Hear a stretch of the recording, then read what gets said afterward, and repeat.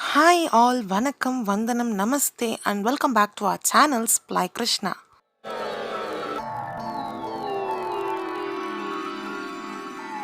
நம்ம வீடியோக்குள்ளே போகிறதுக்கு முன்னாடி நம்ம சேனலை நீங்கள் ஃபஸ்ட் டைம் பார்க்குறீங்கன்னா மறக்காமல் சப்ஸ்கிரைப் பண்ணிக்கோங்க.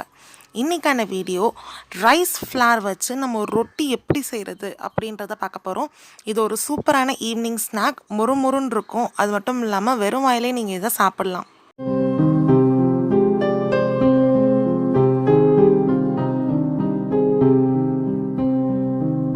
முதல்ல இதுக்கு தேவையான பொருட்கள் என்னென்னு பார்க்கலாம். அரிசி மாவு, உங்களுக்கு எந்த அளவுக்கு வேணுமோ அந்த அளவுக்கு அரிசி மாவு எடுத்துக்கோங்க. ஆனியன் 2 ஆனியன் பொடியாக நறுக்கி எடுத்து வச்சுக்கோங்க. 2 பச்சை மிளகாய், அதையும் பொடியாக நறுக்கி எடுத்து வச்சுக்கலாம். கொஞ்சமாக கொத்தமல்லி, அந்த கொத்தமல்லியும் பொடி பொடியாக நறுக்கி எடுத்து வச்சுக்கலாம்.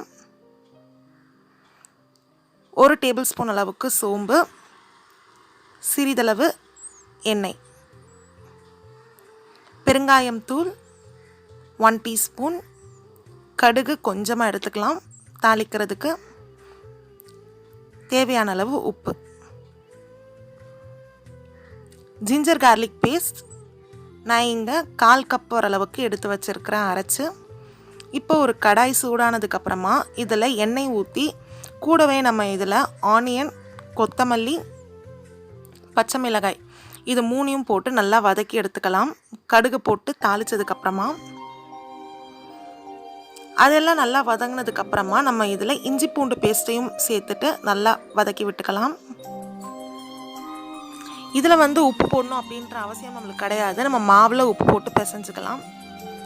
ஸோ இது நல்லா வதக்கினதுக்கப்புறமா கொஞ்சம் சூடாகட்டும். ஆறுனதுக்கப்புறமா நம்ம மாவில் போட்டு நல்லா பிசைஞ்சுக்கலாம். மாவு சாஃப்டாகிறதுக்கு 2 டெக்னிக் இருக்குது. ஒன்று, நீங்கள் எண்ணெய் ஊற்றி நல்லா சாஃப்டாக பிசையலாம்.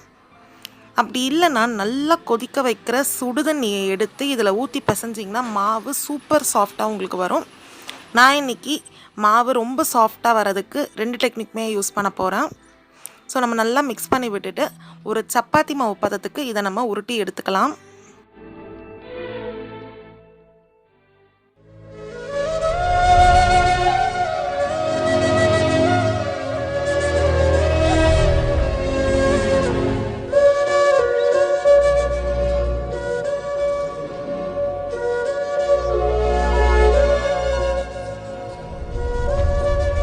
எடுத்து வச்சிருக்கிற மாவை நம்ம ஒரு ஃபாயில் பேப்பரோ இல்லை ஒரு பால் கவர் உங்ககிட்ட இருந்தால் கூட அதில் இந்த மாதிரி நல்லா தட்டி எடுத்துக்கலாம். குட்டி குட்டியாகவே தட்டி நம்ம போட்டு எடுக்கலாம். ரொம்ப பெருசாக இருந்தால் அதை நம்ம எடுக்கும் பொழுது பிஞ்சு போயிடும். ஸோ ரொம்ப கேர்ஃபுல்லாக இதை எடுத்து தோசைக்கல்லில் ஒரு பக்கம் நல்லா வெந்ததுக்கப்புறமா இன்னொரு பக்கமும் திருப்பி போட்டு எடுத்தால் நம்மளோட சூப்பரான அரிசி மாவு ரொட்டி ரெடி ஆகிடும்.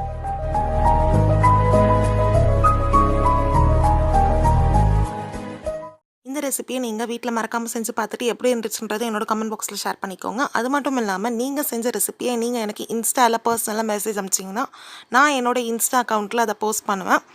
மறக்காமல் நம்ம சேனலுக்கு நீங்கள் லைக் பண்ணிவிடுங்க. பிடிச்சிருந்துச்சுன்னா ஷேர் பண்ணுங்கள், சப்ஸ்கிரைப் பண்ணிக்கோங்க, அப்புறம் பெல் ஐக்கனை கிளிக் பண்ணிக்கோங்க புது புது அப்டேட்ஸ்க்காக.